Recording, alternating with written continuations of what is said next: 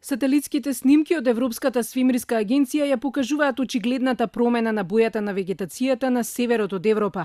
Во јуни се уште е зелено, но во јули бојата преминува во кафена. Ова е резултат на топлинскиот бран кој го живеат жителите од северниот дел на континентот. А климатолозите кулминацијата ја најавија за наредната недела, посебно во Шпанија и Португалија, каде се очекуваат температури до 50 степени, за што денеска шпанските власти прогласија тревога. Минатиот петок Лондон го прогласи за најтопол ден во својата историја. Британските славни зелени ливади минуваат низ драматични трансформации во изминатава година поради се почестите врели денови, што се и најчеста тема на разговор. I feel strange that it's not raining.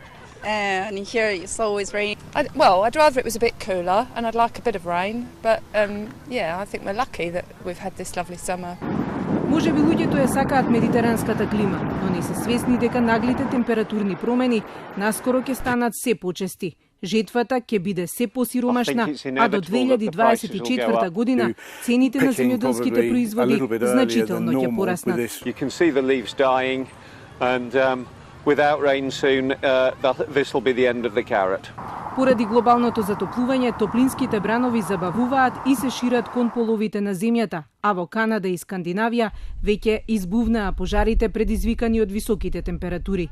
Први нивни жртви беа луѓето, потоа се исуши плодната почва, а наред е рибниот фонд. 40 целзиусови степени измерени минатата недела во Германија ги исуши Рајна и Елба толку многу што рибите загушени излегоа на површината. Во обид да се крене нивото на кислород во реките и езерата се пумпа свежа вода.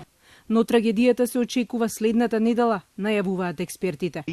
Необично топлата вода во Балтичкото море предизвика појава на токсична бактерија, поради што забрането е пливање на 50 плажи од неговиот брег. Во деловите од Европа, каде луѓето не се навикнати на жешки лета, купувањето на неалкохолни пијалоци е двојно зголемено. Во Шведска се купуваат летни влечки преку интернет. Америка се уште се бори со дивите пожари, а во Јапонија 80 луѓе не можеа да ја издржат топлината.